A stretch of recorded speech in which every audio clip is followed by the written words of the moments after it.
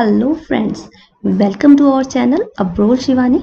आज हम आपके लिए 15 मोस्ट इंपॉर्टेंट क्वेश्चंस लेके आए हैं जो करंट अफेयर्स, नेशनल और वर्ल्ड जीके को कवर करेंगे। These questions are very very important for from all examination point of view. तो स्टार्ट करते हैं आज का सेशन। सबसे पहला क्वेश्चन लेते हैं कि भारत की जीडीपी में यात्रा और पर्यटन का योगदान कितने फीसदी है।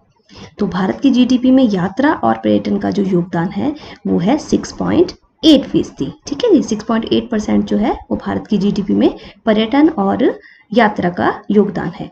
चलते हैं सेकंड क्वेश्चन की तरफ। भारत में किस राज्य में महिलाओं के पास सबसे अधिक भूमि स्वामित्व है। वो कौन सा ऐसा राज्य है जहां पर महिलाएं के पास सबसे ज्यादा लैंड होल्डिंग्स हैं। तो वो कौन सा राज्य है? क्या वो असम है, मेघालय है, त्रिपुरा है या हिमाचल है? तो the right answer is Meghalaya. ठीक है जी, मेघालय में सबसे ज्यादा जो वो लैंड होल्डिंग्स हैं वो महिलाओं के पास हैं। चलते हैं थर्ड क्वेश्चन की तरफ। दिस क्वेश्चन इज, मैं आपको पहले बता दूं, बहुत ज़्यादा इंपॉर्टेंट ये क्वेश्चन है। ये ज़रूर किसी न किसी एग्जाम में आएगा क्योंकि ये क्वेश्चन ही ऐसा है कि आज़ाद पट्टन जल विद्युत परियोजना कहाँ बनाई जा रही है। आज़ाद पट्टन जल विद्युत योजना वो कहाँ बनाई जा रही है? क्या वो बारामूला में है या सुघोटी घाटी में है या बड़ा बंगाल में है या वो कुल्लू में है? तो मैं आपको इसका राइट आंसर बता दूं, द राइट आंसर इज सुघोटी घाटी जो कि पीओके में है। हाँ जी, ये जो जल विद्युत परियोजना है ये कौन सी नदी के ऊपर है? ये है सिंधु नदी के ऊपर और ये पाक ऑक्युपाइड कश्मीर का जो एरिया है वहां पर पाकिस्तान जो है वो चाइना की मदद से बना रहा है। ध्यान रखिएगा, वो पाकिस्तान जो है वो चाइना की मदद से बना रहा है और उसके सहयोग से बना रहा है। और इस योजना की जो मेगावाट क्षमता है वो है 700 मेगावाट। ठीक है जी, 700 मेगावाट है और ये पाक ऑक्युपाइड जो कश्मीर वाला एरिया वहां पर बना रहा है। ये विवादास्पद लैंड है, इसी कारण ये काफी ज्यादा चर्चा में है। चलते हैं नेक्स्ट क्वेश्चन की तरफ। भारत ने किसके साथ सिविल न्यूक्लियर डील 2020 की है?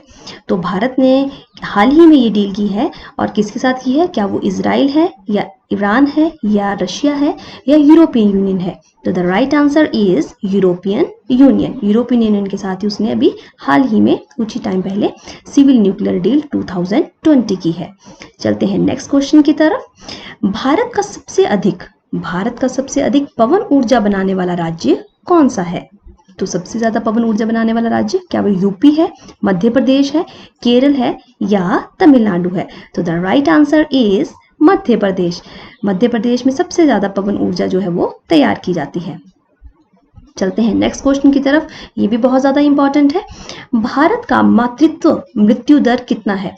मातृत्व मृत्यु दर हम बोलते हैं मैटरनल मोर्टेलिटी रेट को। ठीक है जी, तो भारत का मातृत्व मृत्यु दर जो है, मातृत्व मृत्यु दर का मतलब होता है, पहले आप ये जान लें कि मातृत्व मृत्यु दर क्या होता है।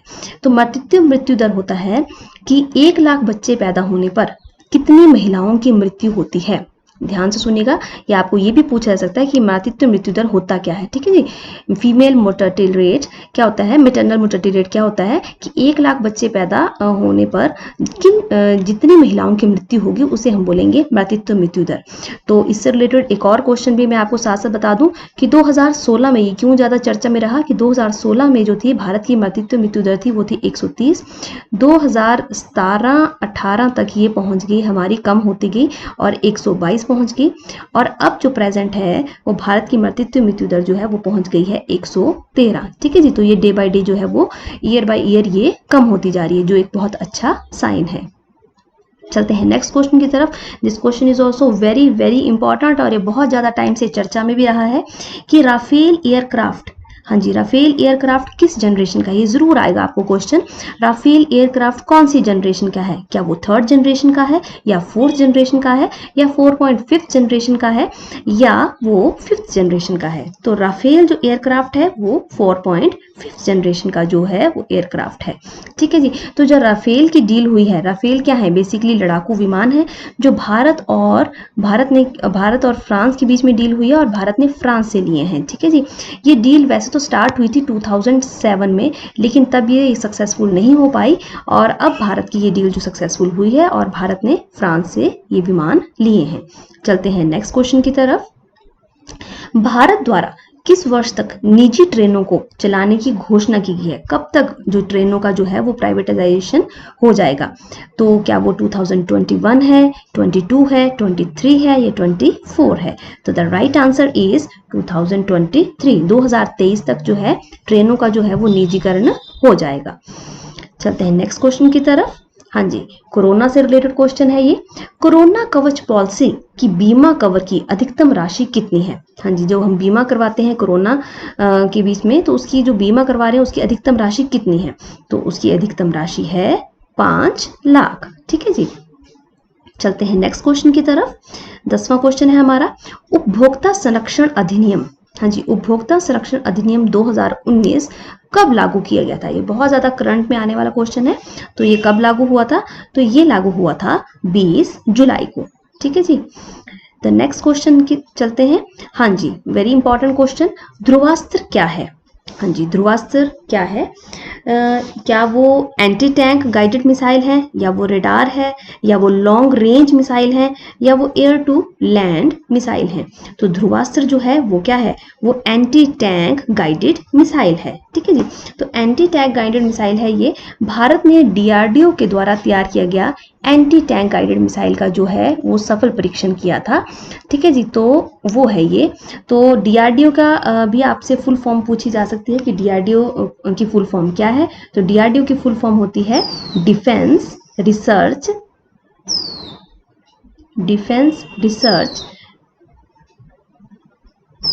Development organisation. ठीक, डेवलपमेंट ऑर्गेनाइजेशन। तो ये डीआरडीओ के द्वारा जो है वो सफल परीक्षण किया गया है ध्रुवास्त्र का। यह है एंटी टैंक गाइडेड मिसाइल। चलते हैं नेक्स्ट क्वेश्चन की तरफ। हाँ जी, पैसिक्स युद्ध अभ्यास किन दो देशों के बीच में हुआ है? तो पैसिक्स युद्ध अभ्यास 2 देशों ने इसका सफल अभी अभ्यास किया है। वो कौन कौन से 2 देश हैं? क्या वो भारत और अमेरिका हैं, या भारत और रूस हैं, या रूस और चाइना है, या इजराइल और अमेरिका हैं? तो the right answer is Bharat और अमेरिका। तो भारत और अमेरिका ने अभी अभी ये पैसिक्स युद्ध अभ्यास किया है। चलते हैं नेक्स्ट क्वेश्चन की तरफ। हाँ जी, वी थिंक डिजिटल किस टेक्निकल कंपनी की डिजिटल साक्षरता पहल है? हाँ जी, हम डिजिटल रूप में सोचते हैं, ये किस डिजिटल कंपनी की साक्षरता पहल है? तो क्या वो ट्विटर है, फेसबुक है, व्हाट्सएप है, या गूगल है? तो the right answer is Facebook. ठीक है। चलते हैं नेक्स्ट क्वेश्चन की तरफ, 14th क्वेश्चन की तरफ। हाँ जी, जोरम मेगा फूड पार्क कहाँ बनाया गया है? Zoram mega food park Sikkim, Mizoram, Tripura या असम में बनाया गया है। तो मैं आपको ये बता दूं कि Zoram mega food park north east का पहला बड़ा मेगा फूड पार्क है, और इसका अभी अभी उद्घाटन हुआ है। यूनियन फूड और प्रोसेसिंग मिनिस्टर हरसिमरत कौर बादल ने इसका भी उद्घाटन किया है। हाँ जी, 20 जुलाई को। तो इसके द्वारा जो है कृषकों को और जो फसल उगाने वाले हैं, जो कंज्यूमर्स हैं, जितने भी जो कृषि से रिलेटेड जितने भी लोग हैं, उन सबको बहुत ज़्यादा फायदा होगा और उन सभी को रोजगार भी मिलेगा। तो इसका the right answer is Mizoram. Mizoram में ये जोरम मेगा फूड पार्क जो है वो लगाया गया है। चलते हैं नेक्स्ट क्वेश्चन की तरफ। लास्ट क्वेश्चन है हमारा आज का। हाँ जी, इसको ध्यान से सुनिएगा क्योंकि बहुत बार कंफ्यूजन क्रिएट हो जाता है। भारत में राष्ट्रीय महिला दिवस कब मनाया जाता है? हाँ जी, सभी के मन में होगा क्या वो 8 मार्च है? हाँ जी, नहीं, वो 8 मार्च नहीं है, क्योंकि 8 मार्च को तो हम मनाते हैं, क्या मनाते हैं हम 8 मार्च को? इंटरनेशनल, हाँ जी, इंटरनेशनल वीमेन डे मनाते हैं 8 मार्च को। तो 8 मार्च इसका सही उत्तर नहीं है। तो इसका सही उत्तर है 13 फरवरी। 13 फरवरी को राष्ट्रीय नेशनल वीमेंस डे मनाया जाता है और 8 मार्च को इंटरनेशनल वीमेंस डे मनाया जाता है। तो ये थे आज के 15 most important questions. I hope आप सबको पसंद आए होंगे। तो मिलते हैं जल्दी ही नेक्स्ट वीडियो के साथ। Till then, good bye.